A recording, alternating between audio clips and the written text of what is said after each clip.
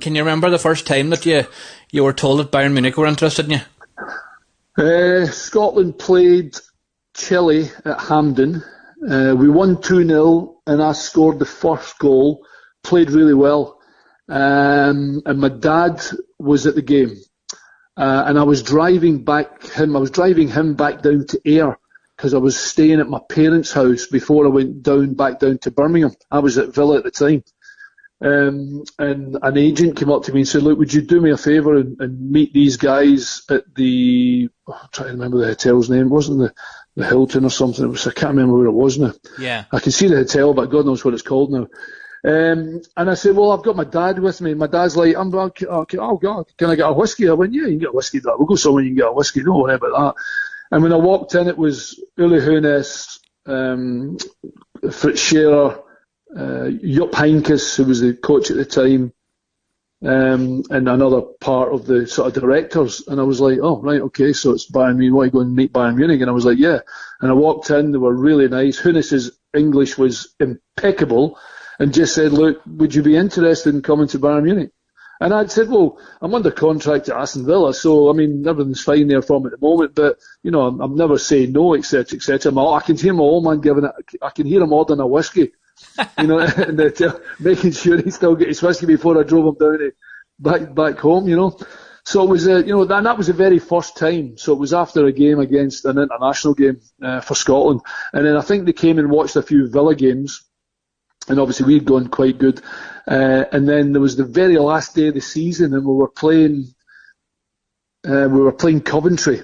And they had a big guy, Big Brian Coquelin was the defender. I used to call him Killer, and I can remember saying to Brian Coquelin, Brian, listen, any chance you just don't kick me up and down the park today because Bayern Munich's here, and I don't want to get injured. And he went, it's all right, big man, and of course I'm up front with Big Gary Thompson. He went, I love Big Tomo, not a problem. He said, it's Martin Keown I don't like, so you two are okay. So we were like, oh, that's all right then. So we were okay. You were safe. The game was rubbish. We drew 0-0 and I thought, oh, well, that's that then. That's that all over. And sort of 3 weeks later, I was a Bayern Munich player. So it was kind of as quick as that. And again, I wasn't in a situation where I really wanted to leave Aston Villa because I didn't. But I suppose opportunities as a football player don't land on your lap that says, you know, do you want to be a Bayern Munich player?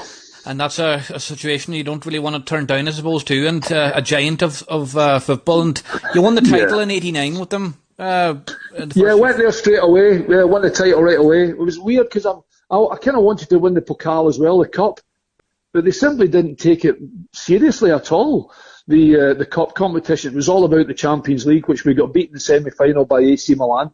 We drew 1-1 in Milan. Van Basten scored a penalty, and then we won 2-1 in Munich, where I scored, but we went out on the away goals. We still won the title. And then the following season, again, we got beat by Red Star Belgrade in the semi-final in extra time. So I kind of hit the crossbar. Should have had 2 winners' medals, really, because both of those teams that beat us, Milan and Red Star, went on to win it.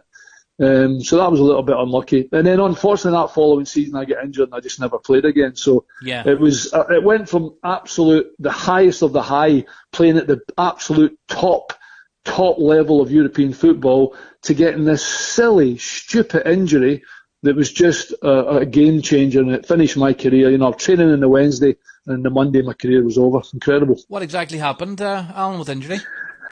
It was the boy landed on my knee, went in the way rather than sort of out the way. So it went in the way. The part of the bone chipped and took away the cartilage and the meniscus. And with me trying to keep playing and the weight on it, etc., etc., it's like when you take something out of a watch, or you take something out of a device, it never functions again the way it properly should, and that was exactly what my knee was like. And as a you know, a 29, 30-year-old striker, having experienced all the stuff I had behind me, not thinking I was invincible, but you pick up injuries, etc., etc. But this one I just couldn't shake. But it was the fact that it had done something specific to the joint, and that was me done and dusted. And to this day, I've got a metal knee, and I make nice funny noises when I go through the airport, and the lads are like, oh, hi, big man, how's the knee? I'm like, well, let's see if this machine's working and see if it goes off. So you'll get away with that. I'm sure they'll know it. Absolutely. They'll say, you're right. With the metal.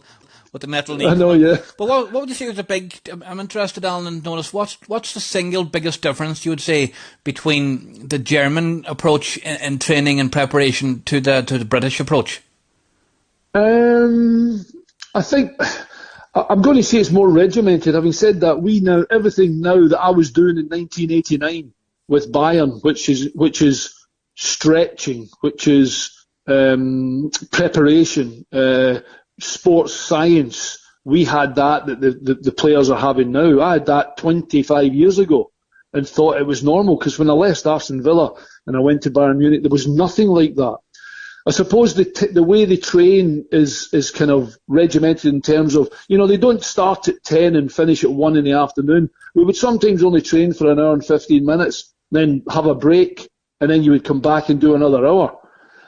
And there was lots of times when you trained Tuesday morning, Wednesday afternoon, Wednesday morning, Wednesday afternoon. It wasn't like a one-day training session. Yes. There would be more, than that, And certainly in pre-season, that's 3 times a day. You're getting the chap at 7 o'clock in the morning. You're on you're out and ready to go by 7:45, and then you're going for a run at night before dinner.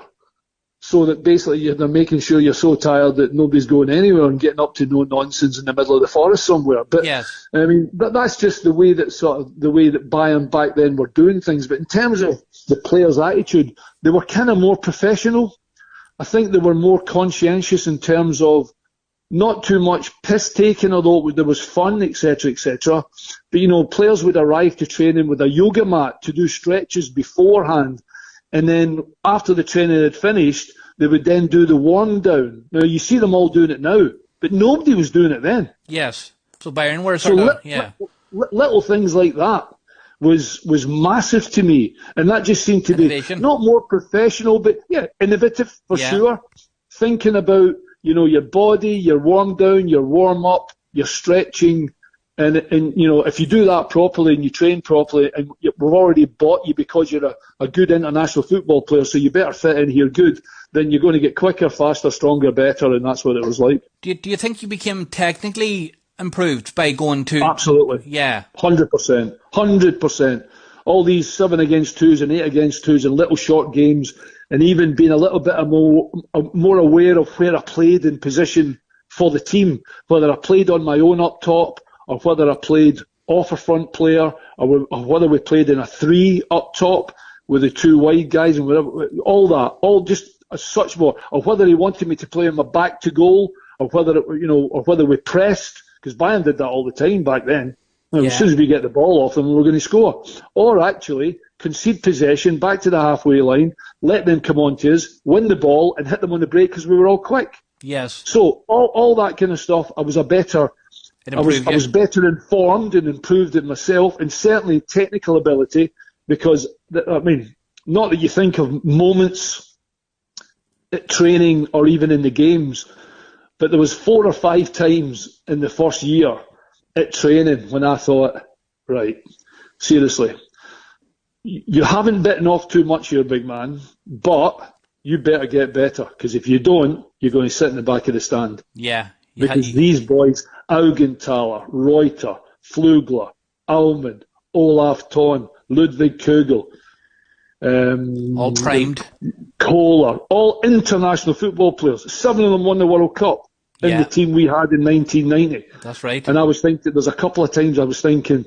right, you better dust yourself down and you better get better here, because you need to get as good as they are, because they'll expect it from me, and if I don't do it, I ain't playing in the team. And thankfully, I had enough sort of quality and enough skill to get even better, and it was just really, really unfortunate. Had I not get injured, I'd have stayed. I'd have been at Bayern Munich for 10 years for sure. Yeah, and unfortunately, I look back and it's the only thing I was disappointed with. That's impressive, though, Alan, that a team like Bayern Munich came in for you, and it's one of the giants, and definitely fantastic that you play for them. And